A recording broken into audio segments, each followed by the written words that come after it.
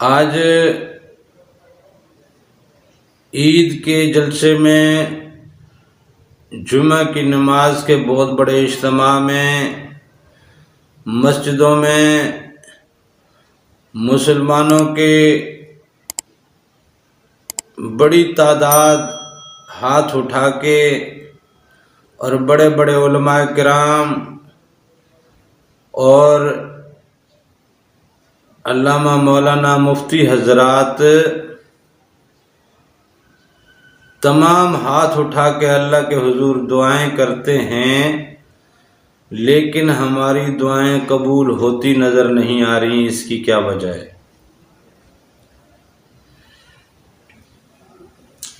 جی دوستو، بات ایسے ہے کہ سمجھنا پڑے گا کہ دعا کیا ہوتی ہے اور ضرورت کیا ہوتی ہے۔ ہم لوگ دعا مانگتے ہیں اللہ تعالیٰ امریکہ کو تباہ کرتے، امریکہ اور غالب آتا جا رہا ہے۔ اللہ تعالیٰ اسرائیل کو تباہ کر دے، اسرائیل اور غالب آتا جا رہا ہے۔ اللہ تعالیٰ ہندوستان کو تباہ کر دے، لیکن ہندوستان اور جناب اپنی جگہ۔ مطلب ہم نے دعا کا عجیب ایک، یعنی امریکہ کی کیا دشمنی ہے یا اسرائیل کی کیا دشمنی ہے یا ہندوستان کی کیا دشمنی ہے؟ بات امریکہ، اسرائیل یا ہندوستان یا کسی اور ایسے خطے کا معاملہ تو ہے نہیں، روح زمین تو ساری اللہ کی ہے۔ اب دیکھیں نا، دعا کا یہ لفظ دیکھیں، یہ کچھ تک بنتا ہے اس دعا کا، تو یہ دعا کیسے ہوئی؟ یعنی ملکوں کے معاملے کو آپ دعا سے وابستہ کر رہے ہیں، تو یہ دعا نہیں ہے، یہ دعا قطعاً نہیں ہے۔ کیوں؟ امریکہ میں مسلمان نہیں بستے، اللہ والے نہیں بستے، امریکہ کو تباہ کر دے۔ کیوں تباہ کرے بھائی؟ تم کون سے اچھے مسلمان ہو کہ امریکہ والے جناب برے ہیں؟ امریکہ میں سارے کوئی غیر مسلم تو نہیں رہتے، اور غیر مسلم کو بھی اللہ کیوں تباہ کرے؟ جبریل امین آئے تھے نا طائف کے میدان میں، حضور نبی کریم صلی اللہ علیہ وسلم سے آ کے عرض کی کہ یا رسول اللہ آپ اجازت دیں، دونوں پہاڑوں کو ملا کے اس پوری بستی کو ریزہ ریزہ کر دیتے ہیں، سرما بنا دیتے ہیں، کچل دیتے ہیں۔ حضور نبی کریم صلی اللہ علیہ وسلم نے فرمایا نہیں، میں رحمت للعالمین ہوں، غیظ و غضب تو میری فطرت ہی نہیں ہے، میری سنت ہی نہیں ہے۔ میں تو دعا دوں گا کہ اللہ تعالیٰ ان کو ہدایت دے، اگر انہیں ہدایت نہیں ملتی تو ان کے آنے والی نسلوں میں سے شاید کوئی ہدایت پا لے، تو یہ بد دعا تو ہے ہی نہیں۔ جو حضور نبی کریم صلی اللہ علیہ وسلم نے دعائیں سکھائی ہیں وہ دعا مانگو نا بھائی۔ اسرائیل سے یا ہندوستان سے کیا دشمنی ہو سکتی ہے؟ کیوں؟ ہندوستان میں مسلمان نہیں بستے؟ یا جو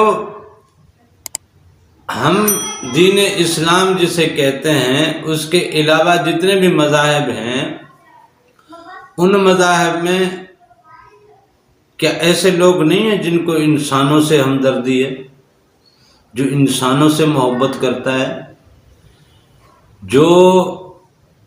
جس نے انسانیت کا درس دیا ہے اور انسانیت کی خدمت کرتا ہے؟ ایسا کوئی نہیں ہے۔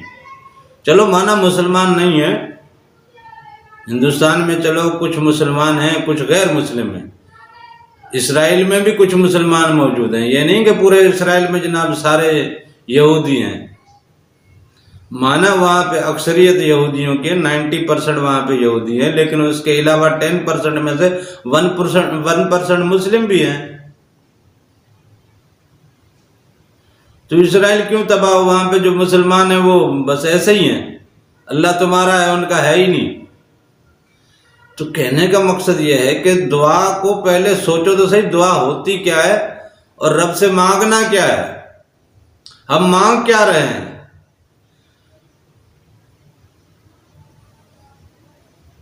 حضرت موسیٰ علیہ السلام کی قوم نے کہا نا کہ ہمیں یہ من و سلوہ سے ہمارا جی اگتا گیا ہے، اب ہمیں یہ جو زمین سے سبزیاں اگتی ہیں نا وہ ہمیں دیں، وفومہا وعدسہا وبصلہا، تو پھر ان سے کہا گیا تستبدلون الذی هو ادنی بالذی هو خیر۔ اتنی بہترین چیز ہے، کوئی محنت نہیں کرنی پڑتی، پکانا نہیں پڑتا، برتن دھونے نہیں پڑتے، روزی روٹی کے لیے لوگ مارے مارے پھرتے ہیں، تمہیں کچھ نہیں کرنا پڑتا، کھانے کا وقت ہوتا ہے، بھوک ہوتی ہے، بھوک کی جیسے طلب ہوتی ہے، آسمان سے فرشتے تشتریاں لے کے تمہارے سامنے رکھتے ہیں، وہاں کی پاک غذا، نورانی غذا آپ کو مل رہی ہے، اور آپ کہہ رہے ہیں کہ نہیں ہمیں تو یہاں سے لینا ہے۔ اتنی اچھی چیز کو اتنی ہلکی چیز سے تم بدلنا چاہتے ہو۔ تو بات وہی ہے کہ ہم لوگوں نے ٹھیک سے بات کو سمجھا ہی نہیں ہے کہ دعا ہوتی کیا چیز ہے۔ اگر دعا کو سمجھ لیں اور پھر دعا مانگیں تو دعا قبول ہوتی ہے۔ اچھا، بیماری میں ہم دعا مانگتے ہیں، دعا قبول نہیں ہو رہی، روزگار کی ہم دعا مانگ رہے ہیں، روزگار نہیں مل رہا، کاروبار کی دعا مانگ رہے ہیں تو کاروبار، رشتے کی دعا مانگ رہے ہیں، رشتہ نہیں ہو رہا، کسی سے تنگ ہیں اس سے جان چھڑانے کی دعا مانگ رہے ہیں، وہ جناب ہو نہیں رہی۔ تو بات یہ ہے کہ یہ ساری ضرورتیں ہیں، رشتہ ضرورت ہے، کاروبار ضرورت ہے، رزق ضرورت ہے، مانگو بالکل مانگو، لیکن دعا بھی تو مانگو، قبولیت والی کوئی چیز مانگو، اس کے ساتھ بونس میں یہ بھی مل جائے گا۔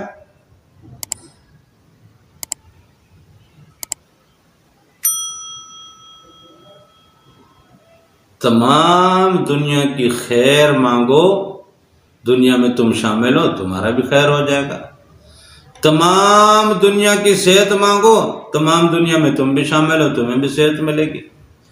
تمام دنیا کی اچھی زندگی کی دعا مانگو، بہتر زندگی کی دعا مانگو، سہولت اور آسانی والی زندگی کی دعا مانگو، اوروں کے لیے مانگو، پوری دنیا کے مالک پاک پوری دنیا کو ہدایت دے، دنیا میں تم بھی شامل ہو تمہیں بھی ہدایت مل جائے گی۔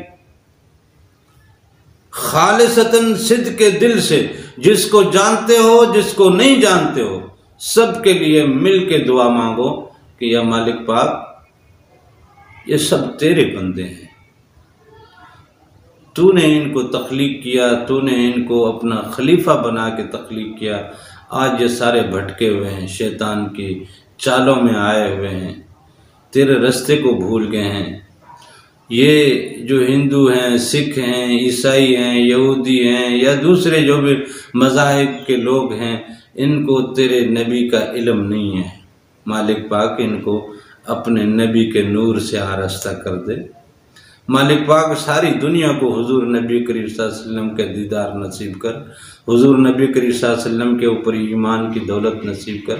مالک پاک حضور نبی کریم صلی اللہ علیہ وسلم کی ان کو شفاعت، ایمان، دیدار، نور، یہ ساری دعائیں حضور پاک صلی اللہ علیہ وسلم کی نسبت سے جب ساری دنیا کے لیے مانگ رہے ہیں، وہ جو ایمان نہیں لائے ان کے لیے بھی مانگ رہے ہیں، تو جب نور مطلب ایمان ان میں آئے گا نا، اس کے پس پردہ ایمان کی دعا شامل ہے۔ اور پھر مالک پاک ان سب کے صدقے میں جب ان سب کو تو اپنے پیارے حبیب کا عشق اور ان کی محبت اور ان کی صحبت اور ان کا نور اور نورانی جلوے اور نورانی محفل عطا کرے، مالک پاک ان صدقے میں مجھ غریب کا بھی بھلا کر دے۔ بلکہ فقیر لوگ تو یہ کہتے ہیں کہ اتنی دعا کرنا بھی صحیح نہیں ہے، کہ اپنی ذات کے لیے تو مانگنا ہی اصل میں غلط ہے۔ یہ نفس نے آپ کے اندر خواہشات پیدا کی ہوئی ہیں۔ اب جنت کیا ہے؟ مخلوق ہے، تو رب سے مانگ کیا رہے ہو؟ جنت۔ خالق سے طلب مخلوق کی کر رہے ہو، عبادتیں جنت کے لیے، ریاضتیں جنت کے لیے، روزے جنت کے لیے، حج جنت کے لیے، صدقہ خیرات جنت کے لیے، زکوٰۃ عطیات جنت کے لیے۔ اللہ کے لیے کب کرو گے؟ اللہ کے لیے کرو گے تو اللہ دعا قبول کرے گا۔ اللہ کے لیے تم کرتے نہیں ہو، کرتے جنت کے لیے ہو۔ اور دوسرا، دل دکھایا پڑوسی کا، معافی مانگو رب سے۔ وہ جس کا دل دکھایا اس سے معافی مانگ نا بھائی۔ تکلیف دی رشتہ دار کو، معافی مانگنی ہے رب سے،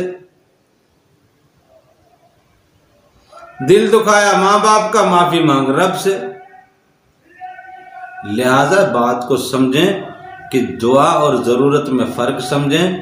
دعا اور ضرورت کا فرق جب سمجھ لیں گے تب آپ دعا مانگیں، ضرورت نہ مانگیں۔ ضرورت چاہے اللہ پوری کرے چاہے اللہ نہ پوری کرے، آپ کیا کر سکتے ہو؟ وہ نہیں کرتا پوری، کیا کر لو گے؟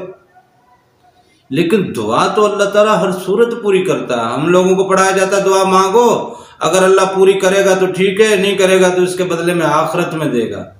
بھئی وہ بھی بات تو درست ہے، آخرت میں دے گا، لیکن ہونی تو چاہیے دعا۔